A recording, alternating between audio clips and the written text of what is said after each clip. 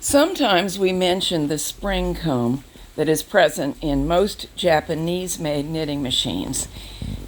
By the way, this is an old Studio 370 in need of restoration that we're starting work on today. That explains its dingy condition. But back to the spring comb. Most knitters never get a look at it and don't know what we're talking about. And in general, you will never need to do anything about it because it's quite rare for there to be damage. We've only ever had to change 2 that I can recall. And it's generally not a do-it-yourself project, although some people can manage it, but it's unlikely that you'll need to.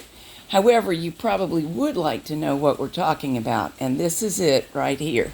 Each of the tines is springy, but it is a comb, meaning that it's one long unit connected down one side, and there is a tine corresponding to each needle. What Jack is showing you here does not occur in every model, but in lots of them. If the sponge bar's out, you have to press down the needles in order to put it back in because the spring comb is pushing them up.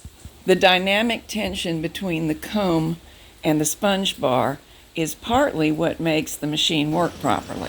I'm now pushing down on the springs like you would to insert the sponge Needles. bar. You're pushing down on Down needles. on the needles. But the reason I'm having to push down is because there's a spring comb assembly that we pointed out earlier. Look, when I push down on the front, look at the backs of the needles come up. That's one of the positionings that the needle bar, the sponge bar, holds these needle butts so they slide in and out of their tracks smoothly. If a needle comes all the way forward, see how they drop? Without the sponge bar, they'll come right out of their tracks.